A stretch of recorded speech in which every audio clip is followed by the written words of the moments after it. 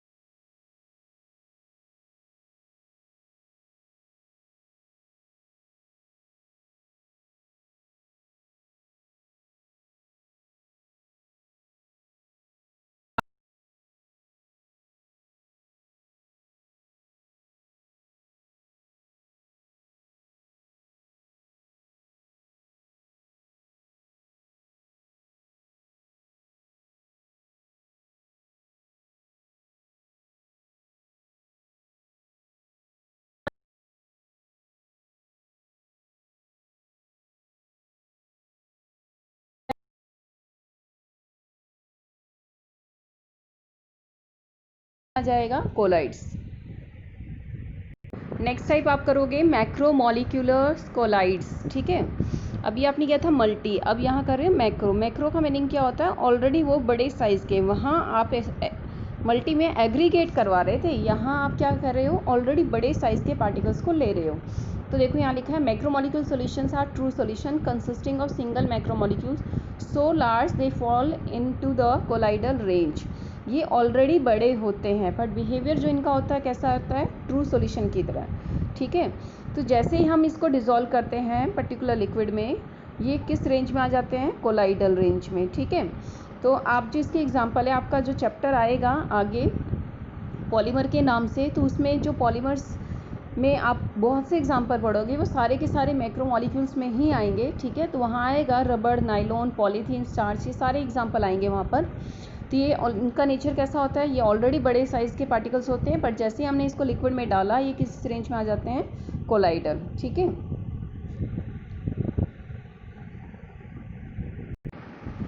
So now you will read here third type, associated colloids. ठीक है, associated collides वही है जो आपने 10th क्लास में किया था, mechanism of cleansing action of soap. ठीक है, तो वही टॉपिक है, वही चीज़ यहाँ पर आएगी ये. तो यहाँ देखो क्या मीनिंग है. एसोसिएटेड जो कोलाइड्स हैं वो मिसल्स का ही एग्जाम्पल था. Certain substance when dissolved in medium at low concentration behave as a normal strong electrolyte. भी आपने कोई सब्सटेंस लिया, बट अगर उसकी कंसनट्रेशन लो है तो वो किस तरह बिहेव करेगी? Strong electrolyte. ठीक है, but at higher concentration exhibit colloidal state properties due to the formation of aggregated particles called associated colloids. But अब देखो लिखा हुआ है, अगर हम कंसंट्रेशन बढ़ा देते हैं, ठीक है भाई, लो पर तो वो कैसा बिहेव कर रहे थे, स्ट्रॉन्ग, बट अगर हम कंसंट्रेशन को इंक्रीज़ कर देते हैं, बढ़ा देंगे, तो उसमें एग्रीगेशन हो जाएगा, ठीक है। अब वो किस तरह बिहेव करेंगे, एसोसिएटेड कोलाइड्स। यहाँ वर्ड एसोसिएटेड क्यों बोला है, क्योंकि आप मॉलिक्यूल्स को एसोसिएट करके कोलाइडल रेंज में ला रहे हो। क्लियर। नेक्स्ट देखो, अब यहाँ इसने बता दिया है किस तरह से आपने किया भी था।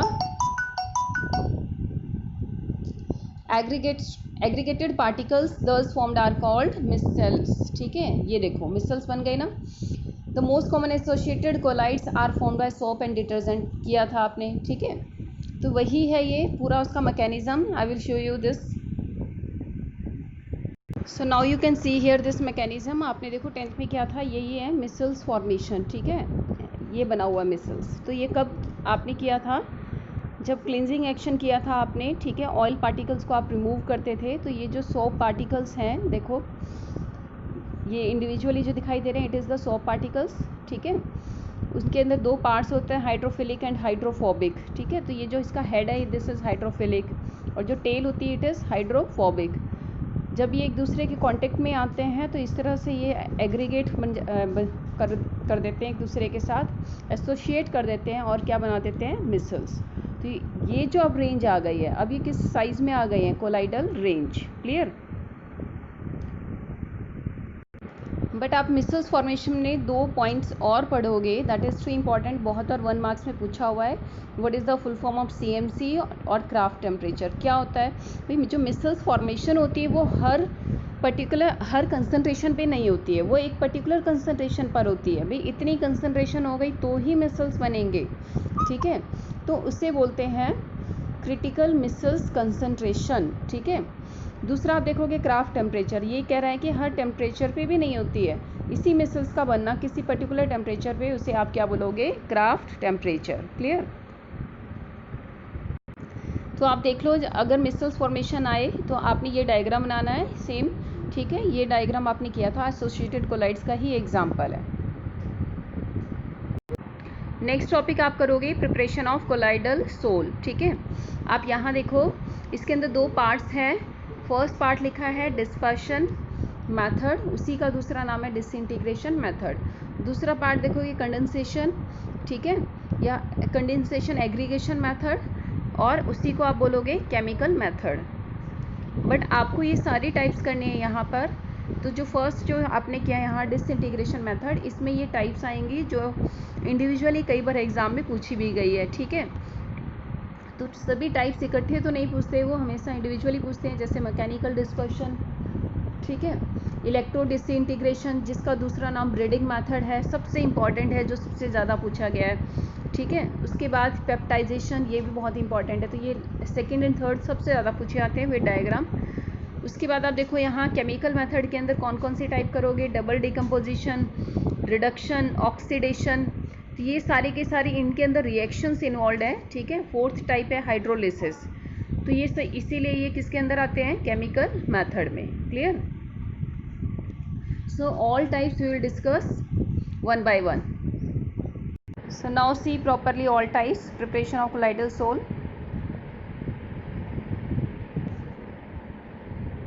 सो first type is mechanical dispersion, ठीक है। आपको कैसे करना है इसके अंदर मैकेनिकल डिस्पर्शन में, पहले मैं आपको डायग्रामेटिकली समझा देती हूँ, ठीक है, तो आपको ये सारा समझ में आ जाएगा। यहाँ ये डायग्राम बना हुआ है, देखो आपको 2 रोलर लेने हैं, एक रोलर ऊपर वाला एक नीचे है, ठीक है। ये रोलर हैं 2, ये क्या कर रहे हैं, एक दूसरे के अपोजिट डायरेक्शन में मूव कर रहे हैं, ठीक है।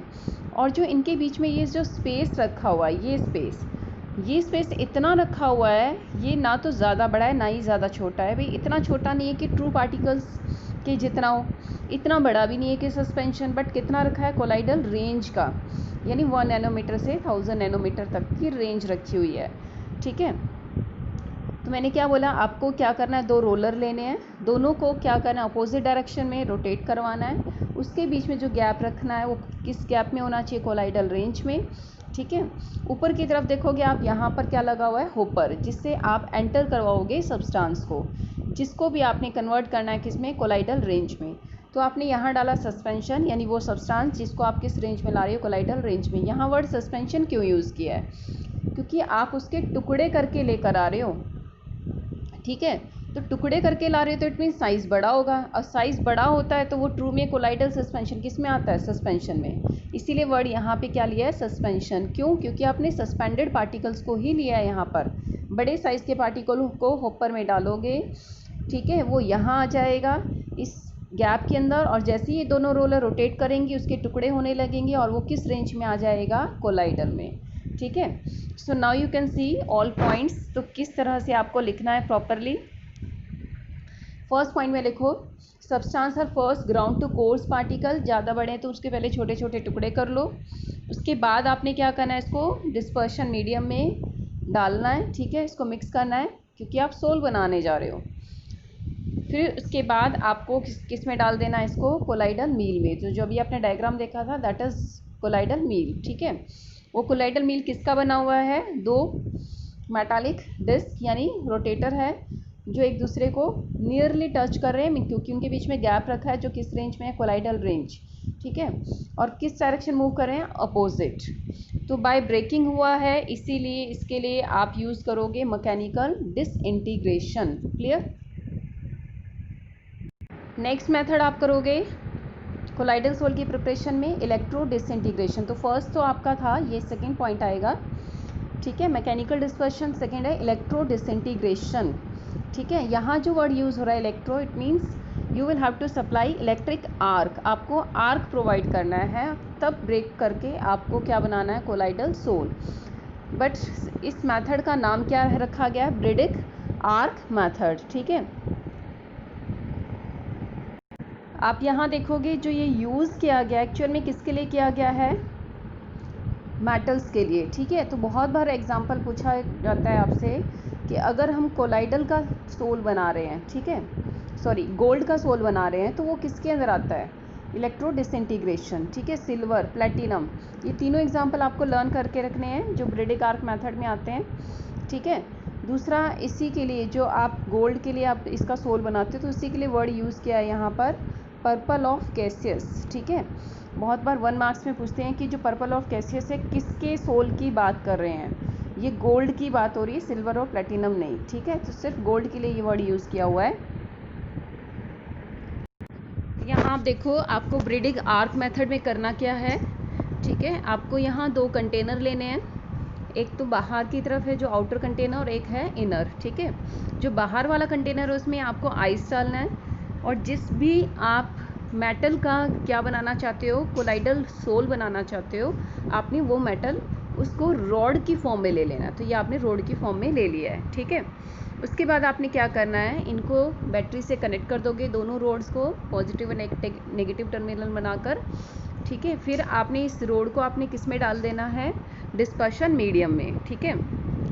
तो KOH आपने इसलिए डाला, थोड़ा सा जो इसकी जो कंडक्टिंग पावर है वो बढ़ जाती है।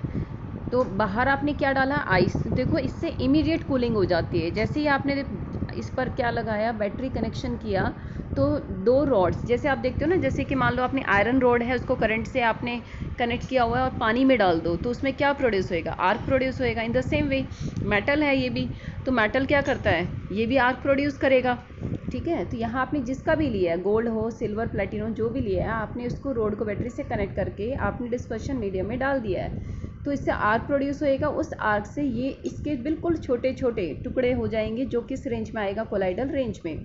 बट इमीडिएट कूलिंग होने की वजह से, ठीक है, वो एग्रीगेट नहीं हो पाते, वो क्या हो जाएंगे, कोलाइडल रेंज में अपने आप को स्टेबल कर लेंगे। So I will show you this now.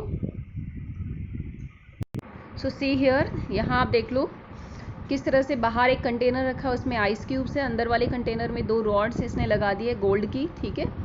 अब देखो इससे किससे कनेक्ट कर दिया इसने, बैटरी से, प्लस माइनस है। अब इसके अंदर क्या होगा, जैसे ही इलेक्ट्रिक डिस्चार्ज पास होगा इसमें कनेक्शन होने के बाद, यहाँ से देखो आर्क प्रोड्यूस हो गया, ठीक है। आर्क प्रोड्यूस होने से ये रॉड धीरे धीरे क्या करेगी, इसके छोटे छोटे पार्टिकल्स बनने लगेंगे, और ये जो सोल, इस अंदर आपने डिस्पर्शन मीडियम लिया हुआ था, उसके अंदर अब क्या बन जाएगा, इसका सोल बन जाएगा, ठीक है। तो जिसका भी बनाना है, गोल्ड की जगह आप प्लेटिनम ले सकते हो, ठीक है। So in this way you will do Bredig arc method. So how you will have to explain, ठीक है, आपको इस तरह से पॉइंट्स बना के लिखने हैं, ये आपको डायग्राम बनाना है, ठीक है। तो फर्स्ट पॉइंट में आप क्या लिखोगे, the method involves passing an electric current through electrodes made of desired metal, जिसका भी आपको करना है, ठीक है। मेटल को किस में सस्पेंड करोगे, water kept cooled by surrounding ice, ठीक है। जिसके अंदर आपने सोल बनाना है वो मीडियम आपको लेना है, ठीक है, बट उसके बाहर आपको आइस ज़रूर लगानी है, क्योंकि इमीडिएट कूलिंग से ही कोलाइडल पार्टिकल्स सेपरेट होंगे, ठीक है। तो ये कह रहा है कि जो आपने intense heat of arc produce हुई थी, उससे क्या होता है, मेटल इमीडिएटली किस में कन्वर्ट हो जाता है, वेपर्स में, और वो वेपर्स इमीडिएटली कूल होकर किस में कन्वर्ट हो जाते हैं, कोलाइडल पार्टिकल्स में। Clear. So next method you will do here peptization, ठीक है। आपने 2 मेथड कर लिए, अब उसकी थर्ड टाइप है, this is also very important, ठीक है। It is the process of converting a freshly precipitated substance into colloidal particles by shaking a suitable electrolyte. सबसे इम्पॉर्टेंट बात है कि आप पेप्टाइजेशन उसी की कर सकते हो अगर आपने वो फ्रेशली प्रिपेयर्ड लिया है, ठीक है। भी लैब में आपने जो जिस भी सब्सटेंस के आपकी कोलाइडल रेंज में लेके आना चाहते हो, तो आपको इमीडिएट उसी टाइम बनाना है। ये नहीं कि आपने एक दिन पहले बना के रख दिया और फिर उसको आप कोलाइडल रेंज में ला रहे हो, नहीं, ठीक है। और उसके अंदर आपको क्या ऐड करना है, सूटेबल इलेक्ट्रोलाइट, वो इलेक्ट्रोलाइट ऐड किया तभी पेप्टाइजेशन होगी, ठीक है। दूसरा, इसके अंदर 1 मार्क्स में ये भी पूछा जाता है कि आप किसको किस में कन्वर्ट कर रहे हो। क्या अब तक आप ब्रेकिंग करके करते आ रहे थे, यस बिल्कुल ब्रेकिंग करके आ रहे थे, तभी तो ये सभी किसके पार्ट्स थे, मैकेनिकल डिसइंटीग्रेशन के, ठीक है। तो आप ब्रेक कर रहे हो, पेप्टाइजेशन भी बाय ब्रेकिंग हो रही है, तो इसका मतलब आप कोलाइडल रेंज से बड़े साइज़ के पार्टिकल ले रहे हो, ठीक है। पेप्टाइजेशन और जो ब्रेडिक मेथड था उसमें आपने देखा है कि वहाँ आपने रॉड ली थी, यहाँ आप फ्रेशली प्रिपेयर्ड सब्सटेंस लोगे और इसमें ऐड करोगे क्या, सूटेबल इलेक्ट्रोलाइट। तो एग्जांपल है, देखो FeOH का thrice precipitate with FeCl3 solution, ठीक है।